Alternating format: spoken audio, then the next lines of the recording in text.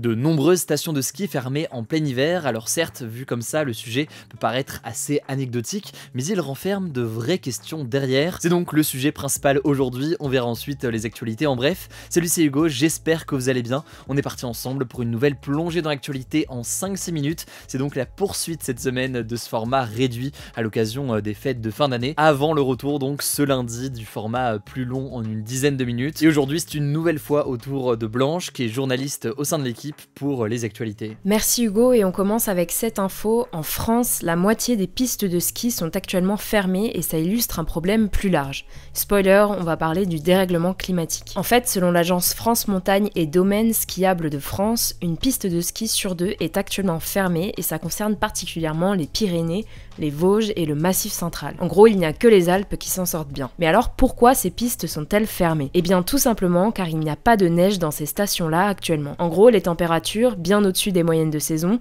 provoquent la fonte des neiges ou tout simplement font qu'il n'en tombe pas. Alors il s'agit d'une des conséquences du changement climatique qui se poursuit. D'ailleurs, d'après Météo France, ce 25 décembre, jour de Noël, était le plus doux qu'a connu la France depuis 1997. Alors vous vous en doutez, les professionnels du secteur sont inquiets, surtout qu'on est en pleine période de vacances scolaires. La fermeture des pistes il y a 2 ans pendant l'épidémie de Covid avait déjà eu des conséquences importantes pour les 400 000 personnes qui vivent de cette activité montagnarde. Résultat, certaines stations n'ont donc pas d'autre choix que de s'adapter et proposer d'autres activités comme la randonnée, le vélo ou bien utiliser de la neige artificielle, mais c'est une technique qui coûte cher et qui nécessite beaucoup d'énergie, ce qui la rend très contestable d'un point de vue environnemental. Alors une fois qu'on a dit ça, que faut-il comprendre ?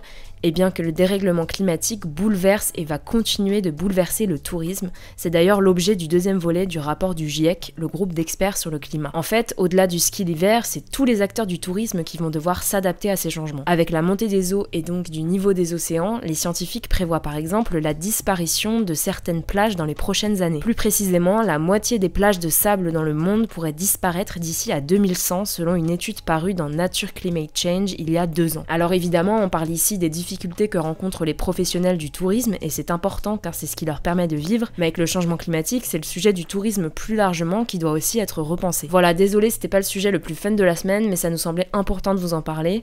Au passage, on a appris hier que la France n'a quasiment pas réduit ses émissions de gaz à effet de serre en 2022 par rapport à 2021. L'une des principales raisons à cela, c'est la forte consommation de gaz pour compenser l'arrêt de nombreux réacteurs de centrales nucléaires, des arrêts dus principalement pour des opérations de maintenance. On poursuit avec le reste de l'actualité. En bref, première info, 113 migrants, dont des femmes enceintes et des bébés, ont été secourus en Méditerranée dans la nuit de lundi à mardi. Alors ils se trouvent actuellement sur l'Ocean Viking, le bateau humanitaire de SOS Méditerranée, et vont être accueillis en Italie, qui a accepté de les prendre en charge. Il s'agit de la première opération de sauvetage de l'Ocean Viking depuis qu'il avait accosté à Toulon en France en novembre dernier, avec 230 migrants, après 3 semaines de tension entre la France et l'Italie qui avaient refusé de les accueillir. Deuxième info, on en parlait hier, la Chine assouplit ses mesures face au Covid et va mettre fin aux quarantaines obligatoires pour les voyageurs arrivant et revenant dans le pays à partir du 8 janvier. Et bien du coup, les États-Unis envisagent de faire l'inverse et d'imposer des restrictions pour les personnes arrivant de Chine. C'est ce qu'ont déclaré des responsables américains qui sont inquiets de ce relâchement des mesures au moment même où la Chine fait face à une nouvelle hausse des contaminations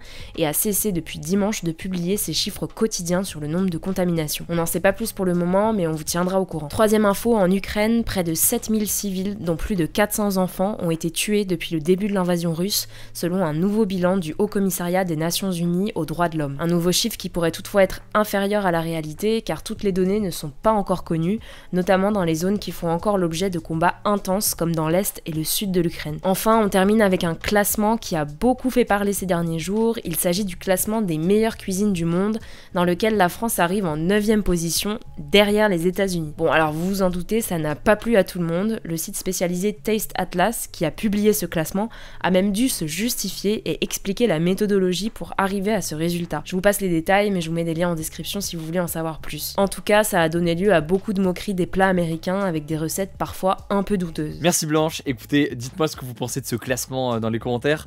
En tout cas, c'est un classement qui a été réalisé par un site, Taste Atlas. Il y a d'autres sites, heureusement, et surtout d'autres spécialistes qui considèrent quand même que la cuisine française est l'une des meilleures au monde, ça y a pas trop de doute. En tout cas, j'espère que cette petite plongée dans l'actualité, version fête de fin d'année, vous aura plu. Je le rappelle quand même, on est aussi très présent sur Instagram pour suivre l'actualité au quotidien. Le nom du compte, c'est Hugo Décrypte. Vous êtes des millions à vous informer chaque jour via notre compte Instagram. Instagram. Donc merci du fond du cœur pour votre confiance. Bienvenue au passage à tous les nouveaux. Prenez soin de vous, prenez soin de nos proches, et puis on se dit à demain du coup pour une nouvelle vidéo.